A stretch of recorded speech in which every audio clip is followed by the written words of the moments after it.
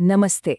अगर कोई एक शानदार करियर की तलाश में है, वो भी एक बहुत ही प्रतिष्ठित संस्थान में, तो ये जानकारी बहुत काम की हो सकती है। आज हम बात करने वाले हैं सैनिक स्कूल झांसी की नई भर्ती के बारे में। इसकी पूरी जानकारी को एकदम सरल भाषा में समझेंगे। तो सबसे पहले एक बात समझनी बहुत जरूरी है। सैनिक स्कूल झांसी कोई आम स्कूल नहीं है। ये सीधे रक्षा मंत्रालय यानी मिनिस्ट्री ऑफ डिफेंस के अंडर आता है और इसी वजह से इसकी प्रतिष्ठा और विश्वसनीयता एक अलग ही लेवल पर है। मतलब यहाँ काम करना सिर्फ एक नौकरी नहीं है, बल्कि ये देश का भविष्य बनाने जैसा है। तो इसे सिर्फ एक जॉब एडवर्टाइजमेंट की तरह देखना ठीक नहीं होगा। ये तो एक मौका है, एक इनविटेशन है, एक प्रतिष्ठित रेजिडेंशियल स्कूल में एक मीनिंगफुल करियर बनाने का।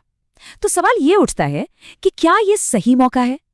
चलिए मिलकर इसकी पूरी डिटेल में जाते हैं और पता लगाते हैं। ठीक है, तो आगे क्या क्या देखने वाले हैं? पहले तो जानेंगे कि सैनिक स्कूल में मौका क्या है, फिर देखेंगे कि कौन कौन से पद खाली हैं, फिर बात होगी कि इन पदों के लिए क्या योग्यता चाहिए, सैलरी और कॉन्ट्रैक्ट की डिटेल्स क्या हैं वो भी समझेंगे। और हाँ, सबसे ज़रूरी अप्लाई कैसे करना है उसका पूरा स्टेप बाय स्टेप प्रोसेस, और आखिर में डेडलाइन को बिल्कुल नहीं भूलना है। तो चलिए सबसे पहले और सबसे ज़रूरी सवाल पर आते हैं कि आखिर यहाँ कौन कौन सी पोजीशंस खाली हैं। अच्छा, तो यहाँ काफ़ी तरह के रोल्स हैं। टीजीटी सोशल साइंस के लिए 2 वैकेंसी हैं, एक कॉन्ट्रैक्ट पर और एक टेम्पररी। फिर art master, physical education teacher, music teacher और केमिस्ट्री के लिए लैब असिस्टेंट की भी पोस्ट है। और एक बात पर गौर करना होगा, हर पोस्ट के लिए एक ही वैकेंसी है और कैटेगरी भी साफ साफ बताई गई है। जैसे कोई यूआर के लिए तो कोई ओबीसी या एससी कैटेगरी के लिए रिजर्व्ड है। ठीक है, पद तो पता चल गए, लेकिन अब अगला सवाल ये है कि इन रोल्स के लिए फिट कौन बैठेगा। तो अब बात करते हैं ज़रूरी क्वालिफिकेशन और एज लिमिट की। इसे अच्छे से समझने के लिए हम एक टीचिंग पोस्ट को एक उदाहरण के तौर पर देखते हैं। तो ये समझने के लिए कि क्या क्या चाहिए, चलिए टीजीटी सोशल साइंस की पोस्ट के लिए जो क्वालिफिकेशंस मांगी गई हैं उनको जरा डिटेल में देखते हैं।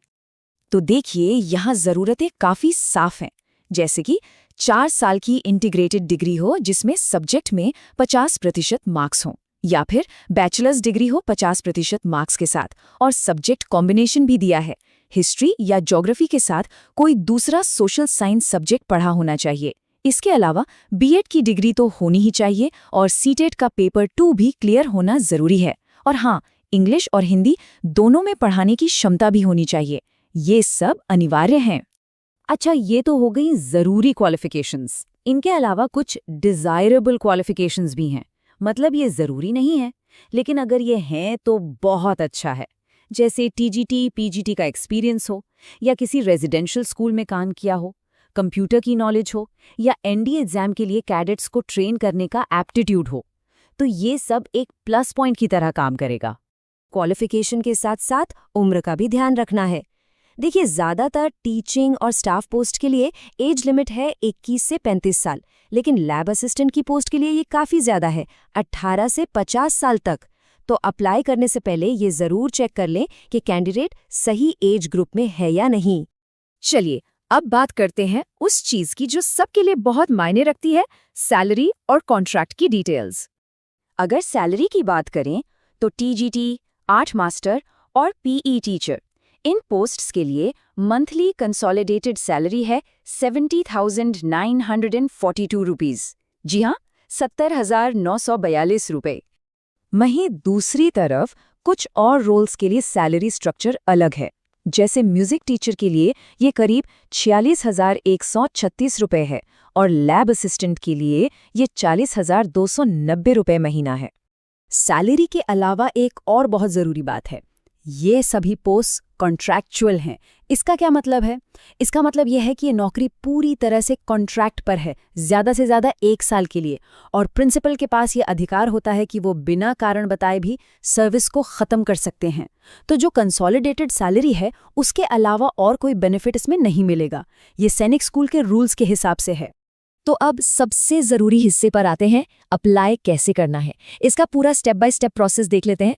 प्रोसेस वैसे तो सीधा है, पर हर स्टेप को ध्यान से फॉलो करना होगा। सबसे पहले सैनिक स्कूल झांसी की वेबसाइट से एप्लीकेशन फॉर्म डाउनलोड करना है। फिर उसे भरकर 10वीं क्लास से लेकर आगे के सभी सर्टिफिकेट्स की सेल्फ अटेस्टेड कॉपी लगानी है। साथ में 2 नई पासपोर्ट साइज फोटो भी देनी है। इसके बाद एप्लीकेशन फीस के लिए एक क्रॉस्ड डिमांड ड्राफ्ट अटैच करना है। एक और चीज़, एक सेल्फ एड्रेस लिफाफा जिस पर 55 रुपए का स्टैंप लगा हो, वो भी साथ में भेजना है। और ये पूरा का पूरा पैकेज सिर्फ और सिर्फ पोस्ट से ही भेजना है। कोई भी गलती हुई तो एप्लीकेशन रिजेक्ट हो सकती है। एप्लीकेशन फीस की बात करें तो ये नॉन रिफंडेबल है।